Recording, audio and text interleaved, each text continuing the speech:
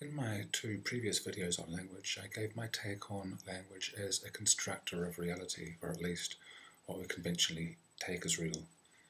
It's pretty straightforward, really. There's not much that we experience without some thinking or interpreting going on, and all that is done in language. So the net result, our reality, is constructed by language. As well as this, the language we use to build reality builds in a lot that we haven't bargained for. We think about unfamiliar things in terms of familiar ones, and this means that the new things in our reality are likely to be distorted by these older ideas. These come from our everyday, concrete, embodied world. For example, we use situations from our everyday social or physical or sensory world, like parent relationships and friendships, spatials like ups and downs, in and out, temporal like before and after, sensory like hot, cold, excited, happy. We use these as metaphors for qualities we want to explain in our abstract concepts, such concepts as love, God, beauty, eternity. Then these abstractions themselves can be used in turn to describe even more obscure concepts. Nietzsche, for example, pointed out in Truth and Lies that the conceptual edifice we call reality arises through metaphor, making equal what is really unequal, and thus it's always limited, distorted, and illusory. An example of a metaphor capturing, and in my opinion degenerating, the way we think about our world, in which I discussed in an earlier video, was in evolution. The orthodox take on evolution's mechanism is competitive survival of the fittest individual. This dominates all the metaphors of evolution, in the selfish gene for example, and is assumed to be its primary driver. So it downgrades things like cooperation within groups as possible drivers. And this has meant that as the notion of evolution has become the way to understand, for example, our social or economic or political and environmental world, individualism and competition have been thought as naturally endorsed by nature herself, whereas collectivism and cooperation are almost an embarrassment. They're soft and unsuccessful. And this has seriously set back the way we see our challenges over the last century and the sorts of responses we can make. The thing is that most people think that their thoughts describe the real world, when in fact all they know is the world they're thinking. To understand the world better, we should critically examine what we're thinking and the language that enables it. We need to ask, what is primary? Does our world give rise to the understandings, or the understandings give rise to our world? We usually assume the first, ontology over epistemology. The alternative gives a reality that is relative, dependent, changing. It's interpreted in ephemeral, since language is forever moving and evolving, reforming, searching. This bears most strongly on the bit of reality that matters most to us, ourselves. Seers and philosophers throughout the ages have claimed it's through language, carried thought, that we come into being, and that misunderstanding this is the reason why we make such hard work of our lives. But is this just another bit of mumbo-jumbo, or is there something useful here? I want to look at how our sense of identity arises and how real it is. For me, I learned a lot by watching my children and reflecting on their development, trying to imagine what they were experiencing from their earliest days. It is fascinating. For example, when my daughter wanted a drink at 6 months old, she would do stuff. She would reach for a cup or a bottle or cry, but then by about 12 months, she had rudimentary language and would make a command, drink. To her then, it was all about the drink and not about herself. Shortly after, though, it was, Ellie wants a drink. There was now an identity, Ellie, but she's not a me. She wasn't reflecting objectively back onto herself. But by about 18 months or so, it was, I want a drink.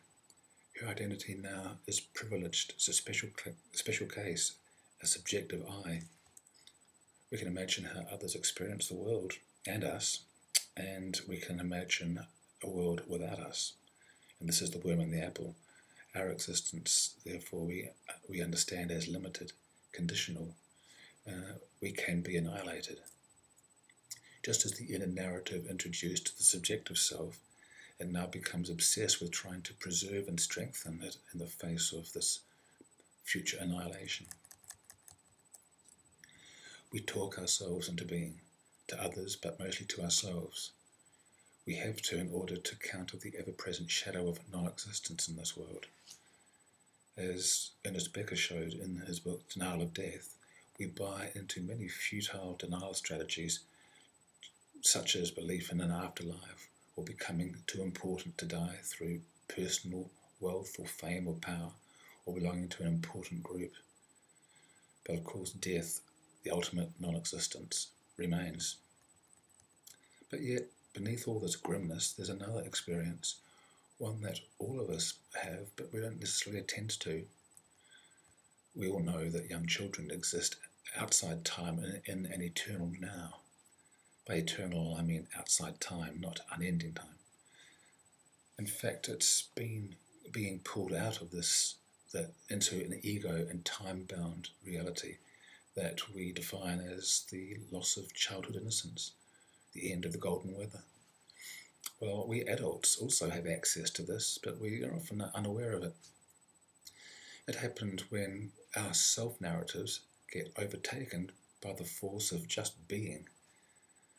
It's in I narratives that we structure our being into a recalled past or an anticipated future.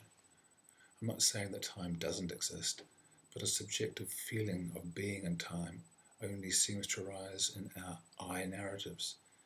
In this way, language gives us not only our subjective selves, but subjective time, a sense of being in time. Pure being, like eating, running, walking, watching, hearing, are really nice. There doesn't seem to be any time element in them. It's just action. That time element enters when we reflect about being action. Sometimes we miss out on this though because we're not really absorbed in that pure being. Part of us is doing that, but there's also an element of our mind which is reflecting on what is happening. And so this is called self-consciousness. It's not so nice. But to be fully absorbed is self-forgetting, and it's usually very pleasant.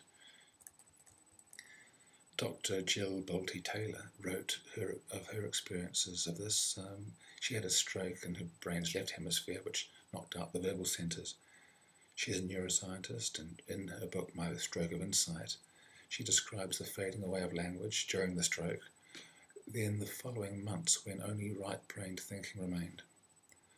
With language went the continual self-referring narrative, the sense of I and of time.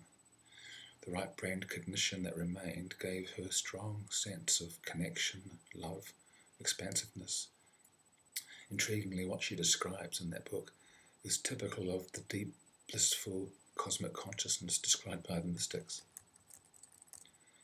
More evidence of the impermanence of self comes by reflecting on our dream egos. Every day, sometimes more often, most of us dream and experience our consciousness attaching to another subjective reality. Yet another experience of this happens just before the firing up of our self-narratives, a few seconds after waking up in the morning, so long as you wake up alert and not too groggy or too agitated. Initially, you simply are, not a self, not in time, no I, no history, no worries.